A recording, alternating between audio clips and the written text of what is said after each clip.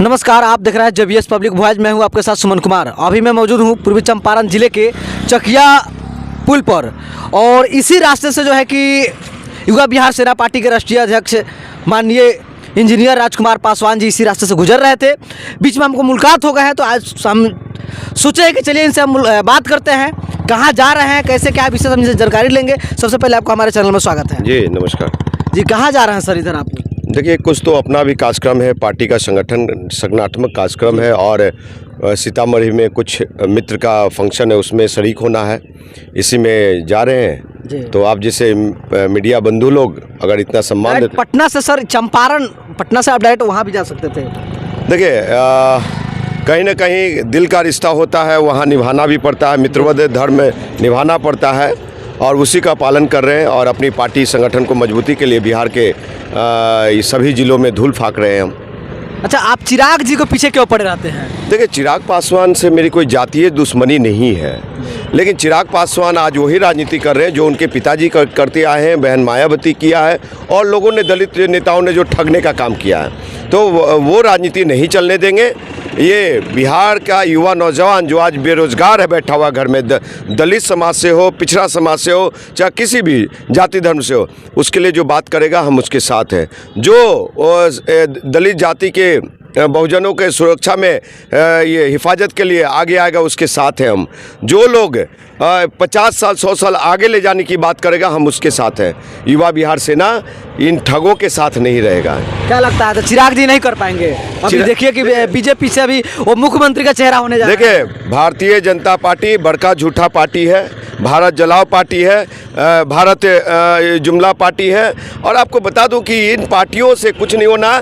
इनको सिर्फ दलितों का वोट चाहिए और दलित का ये जब नेतृत्व आता है तो उस समय उसको लात मार दिए जाते हैं। अभी चिराग के पिताजी के साथ क्या हुआ था?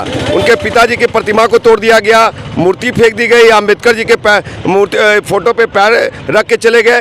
तो ये चिराग पासवान का चेहरा, ये नकली हनुमान और नकली से नकली भालू, चाचा भतीजे का खेल बिहार को, युवा नौजवान बहुजनों को, बेटा को बर्बाद कर रहा है। 50 साल पीछे ले जाने की कोशिश है, प्रयास है ये।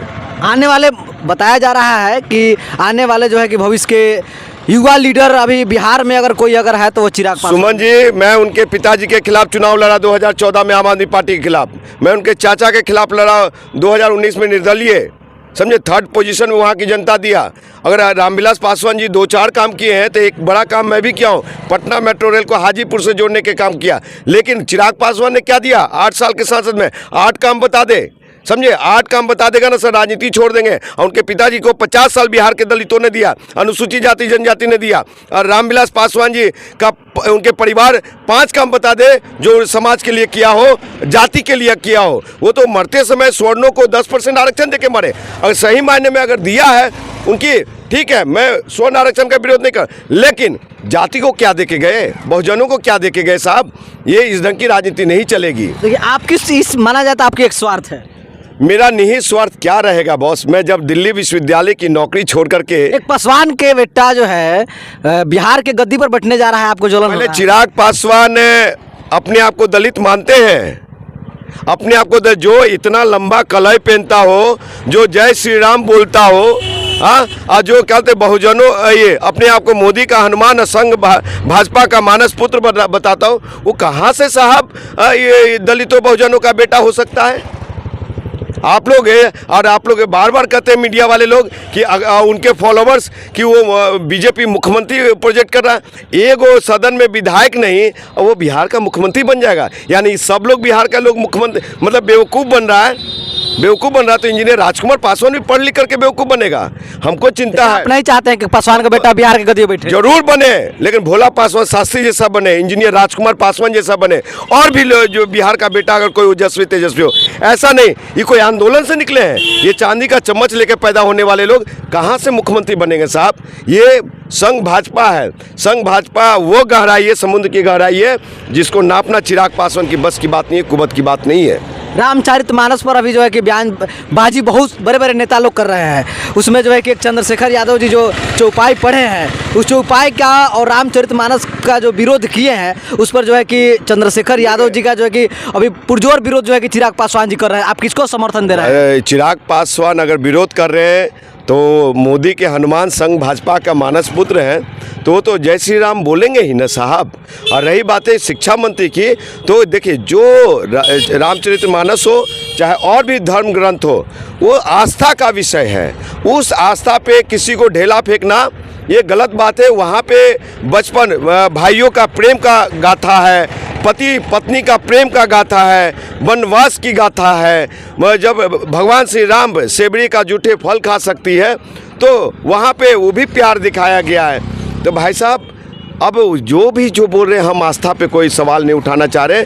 चिराग सही नहीं है और ना वो है, क्योंकि अगर सबसे ज़्यादा यादव समाज में, यादव कुल में ही श्री राम सीताराम का ये जाप होता है और वो जयकारा किया जाता है, तो उस पे भी उनको शिक्षा मंत्री महोदय को देखना चाहिए, गंभीरता से विचार करना चाहिए। आपका समझ से देश रामचरितमानस से चलना चाहिए या संविधान से चलना चाहिए? देखिए, वो संविधान से चला है और संविधान से चलता रहेगा। अब संघ भाजपा वाले लोग, लेकिन संघ भाजपा वाले लोग जो है, वो लोग चाहते हैं कि नहीं, संविधान को हटाकर हम मनुस्मृति लागू करें फिर से। मनुस्मृति अब के समय में लागू करना बहुत मुश्किल हो चुका है। चिराग पासवान जैसे भाजपा संघ के मानस पुत्र एजेंट बन करके अगर कोई उस चीज़ को लागू करे या संविधान पे उंगली उठाए, तो वो बर्दाश्त नहीं किया जाएगा। न युवा बिहार सेना न और कोई बर्दाश्त करेगा संगठन। और रही बात, युवा नौजवानों को बौद्धिक समझ लाना चाहिए, बहुजनों को बौद्धिक समझ लाना चाहिए कि हमारा इस धरती का, इस मिट्टी का मानस पुत्र, मानस बेटा वो आगे बढ़ाना चाहिए। ये इससे आज़ाद से चलने वाला नहीं है, कुछ होने वाला। आपको आगे बढ़ाना चाहिए। हाँ, हम में योग्यता है, हम संघर्ष कर रहे हैं। हम दलित का हत्या होता है वहाँ जाते हैं, सभी लोग से मिलते हैं। देखिए सर, अब वही राजनीति का ज़माना नहीं रहा। अब समाज को आगे ले जाइए। हमारा समाज, युवा नौजवान बहुत आगे बढ़ चुका है और देश आगे बढ़ रहा है, उसके अनुसार चलना चाहिए, ठीक ना। कांग्रेस में अगर कोलगेट हुआ तो कहते हैं अब आपको सीट दे दिया जाए बीजेपी से, तो क्या आप आ सकते हैं बीजेपी में? बीजेपी से हम कभी भी समझौता करने नहीं जाएंगे और ना हम ये बोलने जाएंगे कि मैं मोदी का हनुमान हूँ, समझे।